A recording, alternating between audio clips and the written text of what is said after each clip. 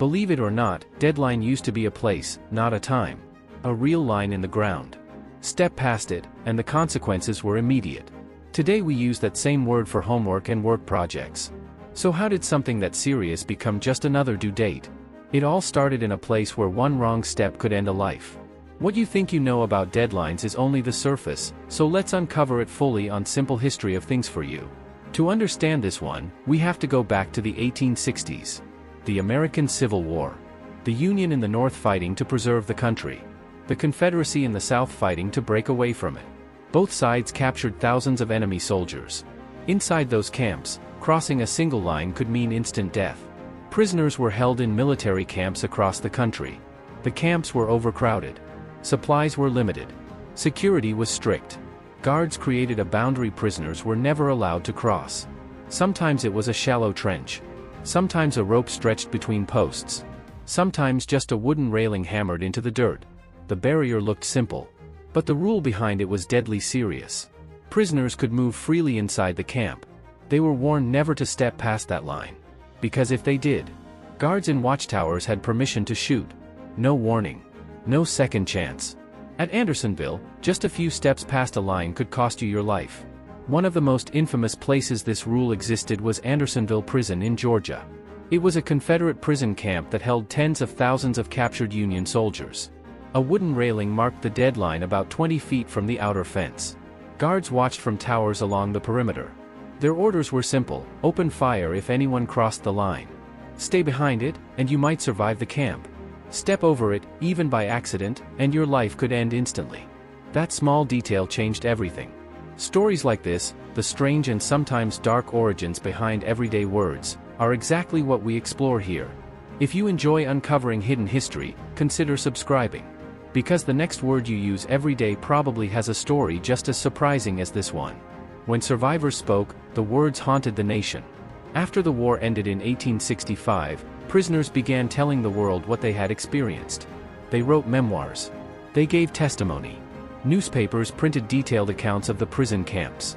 And again, two words appeared in those stories. Deadline. Millions of Americans read those words during the highly publicized trial of the Andersonville commander. The phrase burned itself into public memory. But the journey wasn't finished yet. Decades later, newspaper editors needed a term for the moment when a story could no longer make it into the printing press. Miss that moment, and the article was finished. It was dead. Journalists borrowed the old phrase. In June of 1913, a writer named J.C. DeBurton used the term in the Rotarian magazine. He advised reporters to submit their work early. Don't wait until the deadline. Over time, a word born in terror would sneak into everyday life. By then, the meaning had shifted. The phrase was no longer about a prison boundary. It was about time. But the idea behind it stayed the same. Miss the moment, and the opportunity dies. And it was Andersonville that ensured no one would ever forget those two words. Andersonville wasn't the only prison that used such a boundary. Similar lines existed at Rock Island Prison in Illinois and Camp Oglethorpe in Georgia. Different camps. Same warning. Same consequence. The suffering there was too severe. The trial afterward was too public. Newspapers spread the story across the country. That is why the phrase survived. Over time, the spelling changed. Deadline slowly became the single word we use today. Deadline. Now think about that for a moment. Today, nobody gets shot for missing a deadline. But something still dies. An opportunity disappears. A chance slips away. A door quietly closes. Words are more than just labels. They carry pieces of history with them. Sometimes those histories are darker than we expect. Here's something worth thinking about.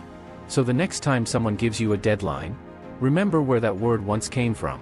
A real line. In real dirt. With very real consequences. Today the stakes are different. But the lesson remains. Time still draws its own invisible lines. What if instead of waiting for a deadline, you created a lifeline? A deadline is imposed on you. A lifeline is chosen by you. A deadline marks the last moment you can act. A lifeline marks the moment you decide to begin. Don't wait for pressure to force movement. Move before the line ever appears. Because everyday language doesn't have boring origins. It has forgotten ones. And there are many more hiding in plain sight. So now I'm curious. What everyday object or word should we uncover next? It could be something on your desk.